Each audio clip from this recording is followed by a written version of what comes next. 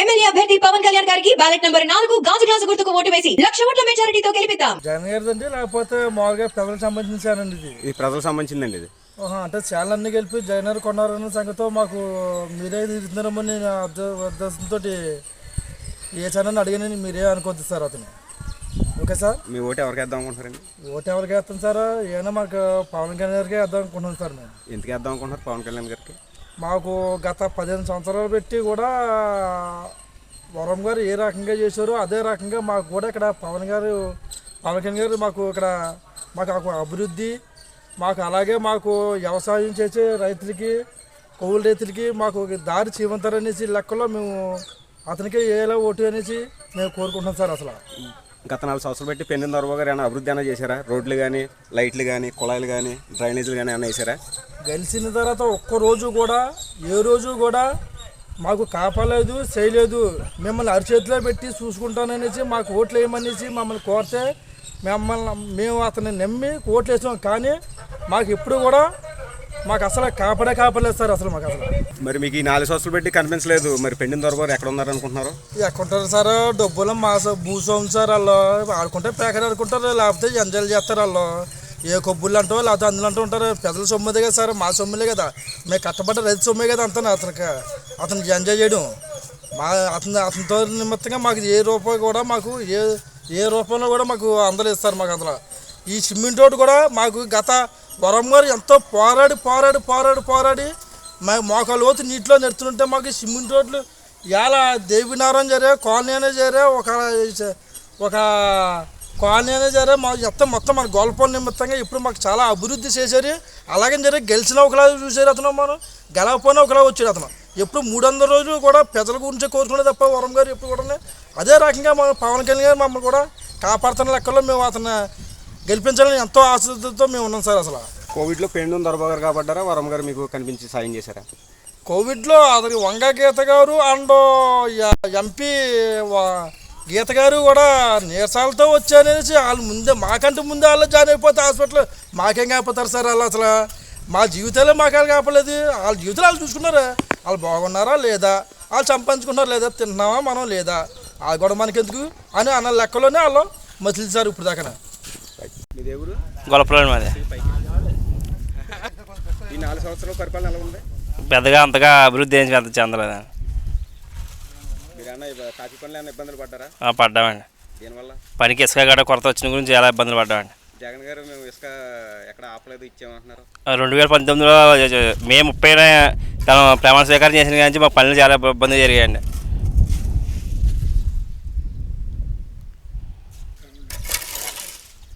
Vote ఎవరికి వేద్దాం అనుకుంటున్నారు? జనసేన. దేనికి? గాజు గ్లాస్ అని. అది ఎందుకు వేద్దాం అనుకుంటున్నారు? మాకు బాగా అభివృద్ధి జరిగిద్దానండి. అభివృద్ధి అండి. మీ ఊర్లో ఇప్పుడు వచ్చి అభివృద్ధి జరగలేదా? పెద్ద జరగలేదండి. రోడ్లు కానీ ఏం జరగలేదండి. జగన్ సైడ్లో అసలు ఏం జరగలేదండి. ఏ పని చేస్తుంటారండి? ఈ 4 సంవత్సరాలు పెట్టి మీ పనులు ఎలా ఉన్నాయండి? పనులు జగన్ గారు వచ్చిన కొత్తలో మాత్రం ఇసుక కొరత వల్ల పనులు ఆగిపోవడం. వైజాగ్లో మన పవన్ కళ్యాణ్ గారు ఇసుక కొరత మీద ఒక ధర్నా కూడా నిర్వహించారు. ఆ ధర్నాలో కూడా మేము పాల్గొనడం జరిగింది. మన రాష్ట్రీయ ట్రేడ్ యూనియన్ తరఫున, మన కొలప్రోలు రాష్ట్రీయ ట్రేడ్ యూనియన్ తరఫున పాల్గొన్నామండి. వైజాగ్ కూడా వెళ్ళి ధర్నా కూడా వేసాం ఇసుక కొరత గురించి. జనసేన భవన నిర్మాణ కార్మికులకి జనసేన అధినేత పవన్ కళ్యాణ్ గారు ₹1 కోటి ప్రకటించారు. దానిపై మీ అభిప్రాయం? ఇప్పుడు చాలా గవర్నమెంట్ వచ్చేయండి. మన భవన కార్మిక సంక్షేమ బోర్డు నుంచి వచ్చిన నిధులన్నీ పక్కదారి మళ్లించడం, మన సెస్లో ఈ నిర్మాణాల మీద ప్లాన్ అప్రూవల్ ఈ డబ్బులు అంతా పక్క మళ్లించడం తప్పించి మన సంక్షేమ బోర్డుకి ఉపయోగపడలేదు. ఎవరు ఏ జన సైనికులు కూడా చేయలేదు. ఇప్పుడు వచ్చి మన జనసేన నాయకులు పవన్ కళ్యాణ్ గారే దీనికి ముందడుగు వేశారు. అందుకు చాలా సంతోషకరం. మీ ఓటు ఎవరికి వేస్తాం అనుకుంటున్నారు? ఈసారికి మాత్రం జనసేన వేస్తామని కోరుచున్నాం. మా ఓటు జనసేనకి.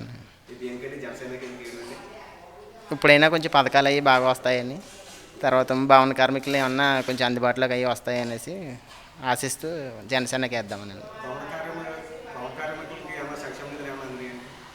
భవన అవి అయితే అందలేదు సార్. అవి అయితే 4 సంవత్సరాల నుంచి ఏం అందుకోలేదండి మేమైతే. మిగతా పథకాలు అయితే అన్నీ కూడా ఆల్మోస్ట్ అన్నీ వచ్చాయండి. ఈ 4 సంవత్సరాల్లో జగన్ గారి పరిపాలన ఎలా ఉందండి? పరిపాలన అయితే బాగానే ఉందండి. మాకు భవన నిర్మాణాలకి ఏంటంటే ఇసుక అని, సిమెంట్ అని, ఊస అని అది కొంచెం రేట్లు ఎక్కువ అయిపోవడం వల్ల కొంచెం వర్కులు తగ్గిపోయింది. కొంచెం ఇబ్బంది పడ్డామండి అంతే. పరిపాలన అంటే ఇల్లు స్థలం పాపకి ఇచ్చారండి. ఇల్లు అయితే అప్పు చేసి కట్టుకున్నాం, పూర్తి చేసుకున్నాం. మరి తాగడానికి నీళ్ళు అయితే లేవు. 10 రోజులు అవుతుంది, ఒక డ్రమ్ము ఇస్తున్నారు. సైడ్కి ఈ బిజ్జి ఒకటి లేదండి. వరద వచ్చిందంటే మాత్రం వెళ్ళడానికి పిల్లల్ని స్కూల్ మానిపించేసి 10 రోజులు ఇంట్లో పెడుతున్నాం. ఆ తర్వాత ఇంకా హాస్పిటల్ కానీ ఏమీ లేవు. ఇంక బయటకు వెళ్తారంటే ఆ 10 రోజులు దారి ఉండలేదు.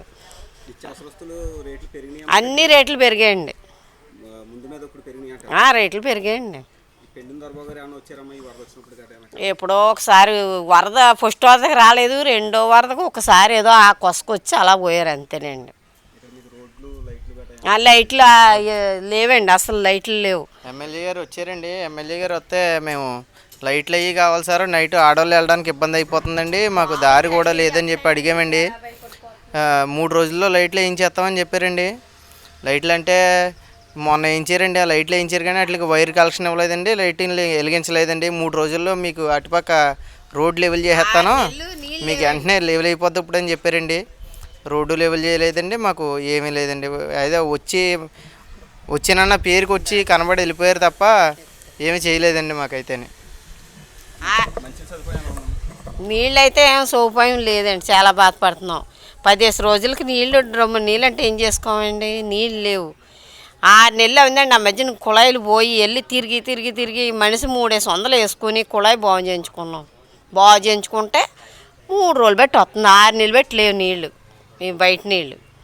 ఎమ్మెల్యే గారిని అది అడిగాం కూడా. నీళ్ళు ఇబ్బంది అయిపోతుందండి అని చెప్పి వెళ్ళి అడిగితే మున్సిపాలిటీలో డబ్బు లేదు, పైనుంచి డబ్బు రావాలి అప్పుడు కానీ చేయడానికి అవ్వదని చెప్పారండి. ఇన్ని బిల్డింగులకి ఒక బోర్ పనిచేస్తుందండి, ఒక బోరు వాటర్ ఎన్నిటికి సప్లై చేస్తుందండి. అదేమో రిపేర్ వస్తుంటే 3 నెలలు 4 నెలల్లో మాకు ఇంకా వాటర్ సప్లై ఉండలేదండి. ఇల్లు కట్టుకున్న పాపానికి ఇక్కడికి వచ్చి ఇంకెలా ఉండిపోయాం అంతే అండి. అటే అద్దెకి వెళ్ళలేం, ఇటే ఇంటికి తెచ్చిన అప్పుకి వడ్డీ కట్టలేకపోతున్నాం, అలా ఉందండి పరిస్థితి. 8 లక్షలు అవుతుందండి. పేదల ఇల్లు అంటే ఇదిగోండి కడుతున్నారు, ఇదిగోండి పేదల ఇల్లు అంటే అలాగే అవ్వదు సార్, అన్నీ మాట్లాడుకున్నట్టు అవ్వండి పనులు. మేస్త్రిని తీసుకొచ్చి పనులు చేస్తే తెలుస్తుంది సార్.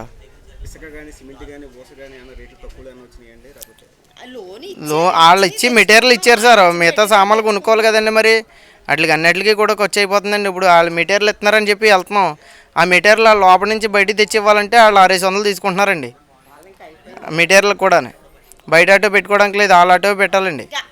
అలాగే కట్టుకున్నామండి ఇల్లు, వాళ్ళు ఇచ్చిన డబ్బులు కలిపి అదండి, ఆ డబ్బులతో అయిపోదు కదా. మరి పరిపాలన ఉందండి, ఎక్కిన వెంటనే ఇసుకలేదు, ఏమీ లేదు.